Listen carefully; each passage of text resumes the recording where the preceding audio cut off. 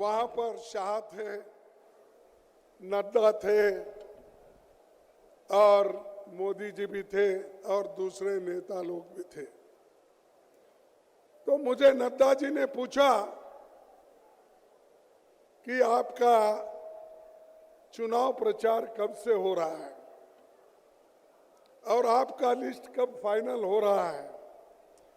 तो मैंने यही कहा, हमारा लिस्ट तो फाइनल हो रहा है, लेकिन हम जो चुनाव करना चाहते हैं वो निष्पक्ष चुनाव नहीं हो रहा और मेरे खाते में, मेरे पार्टी के खाते में जो पैसे थे वो पहले ही चोरी हो गए हैं और खास करके मुझ पे जो पेनल्टी लगाई है वो 3,567 करोड़ का 3,567 करोड़ की पेनल्टी मुझ पे लगाई है। 14 लाख का हिसाब हमने नहीं दिया, इसीलिए उन्होंने 135 करोड़ का जुर्म लगाया। ऐसा इंटरेस्ट पे इंटरेस्ट, इंटरेस्ट पे इंटरेस्ट करके आज 3,667 रुपए कर दिया, ताकि जैसा राहुल जी ने कहा हम प्रचार न कर सके, कहीं भी जा नहीं सके, कहीं जाना नहीं, किसी को मिलना नहीं, हमारे कार्यकर्ताओं को कोने कोने में भेजना नहीं। ये तरीका मोदी जी ने अपनाया है और डेमोक्रेसी को एक एक करके हमारे संस्थाओं को वो खराब कर रहे हैं, उसका ऐसा गैर इस्तेमाल कर रहे हैं, चाहे वो ईडी हो, चाहे वो सीबीआई हो, चाहे वो सीवीसी हो, चाहे वो सीबीआई हो। इन संस्थाओं का दुरुपयोग करके एक एक नेता को डरा रहे हैं, यहां तक कि पार्टी के लोगों को भी डरा रहे हैं और ये कह रहे हैं अगर आप कांग्रेस के साथ वो गठबंधन में जाएंगे तो आपको क्या जेल चाहिए, क्या आपको गठबंधन चाहिए।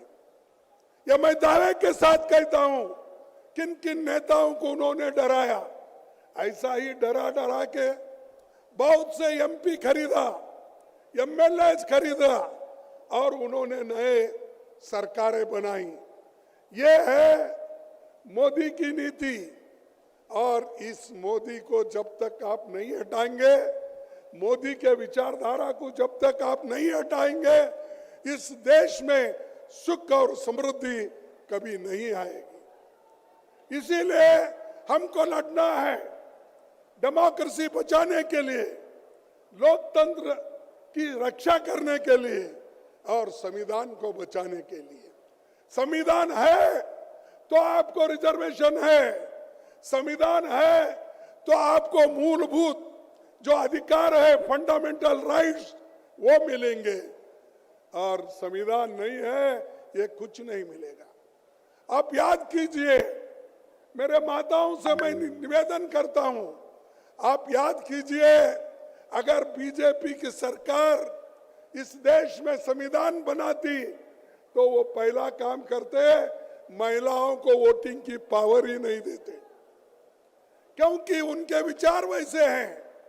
लेकिन भारत एक ऐसा देश है, पंडित जवाहरलाल नेहरू जी और डॉक्टर बाबा साहब अम्बेडकर ने मिलके एडल्ट फ्रेंचाइज लाकर हर एक आदमी को वोटिंग का अधिकार दिया, चाहे वो स्त्री हो, चाहे वो पुरुष हो, चाहे वो नौकर हो, चाहे वो मालिक हो, चाहे कारखाने का बड़ा से बड़ा धनी हो, सबको अधिकार मिला।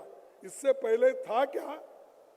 आज बड़े बड़े बात करते हैं, इतनी टीका करते हैं हम पे, पूछो मत। अरे हमने तो देश को आजादी दिलाने के लिए लड़ा, खून बहाया, देश को एकता रखने के लिए श्रीमती इंदिरा गांधी जी अपनी जान दी, राहुल गांधी जी अपना जान दिए, उनके शरीर के टुकड़े टुकड़े हो गए। और वैसा ही श्रीमती इंदिरा गांधी जी देश को एकता रखने के लिए 32 गोलियां अपने छाती पे लगा ली। कौन लीडर ऐसा बताओ? यही बीजेपी वाले, यही आरएसएस वाले जनसंघ के नाम पे थे। तब क्या करते थे? तब ये सरकारी नौकरी में जाने के लिए लोगों को कहते थे, ये कहते थे क्विट इंडिया आंदोलन में भाग मत लो, गांधी जी की आइडिया अच्छी नहीं है, ये कहते थे। ये नौकरियों में रहते थे, ये व्यापार करते थे और देश के लिए कभी नहीं लड़े।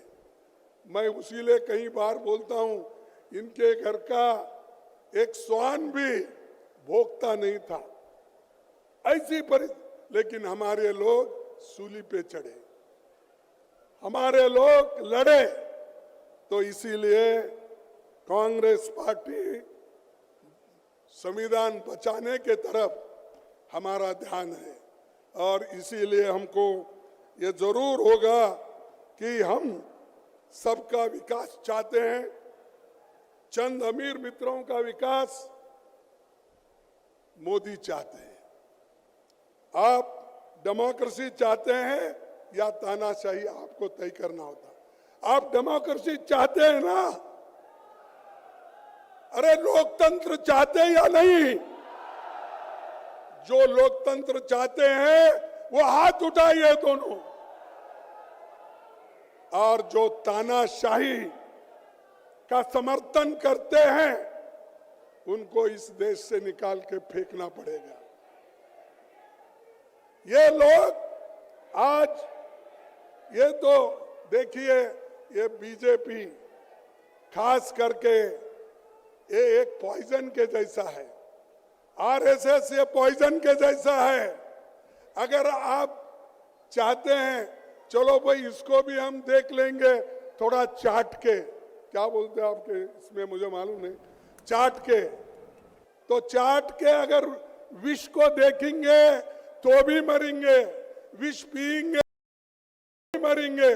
तो वैसा चाट के एक बार देखने के लिए मत जाओ, और एक बार देखे हैं तो मोदी देश को खराब करता है।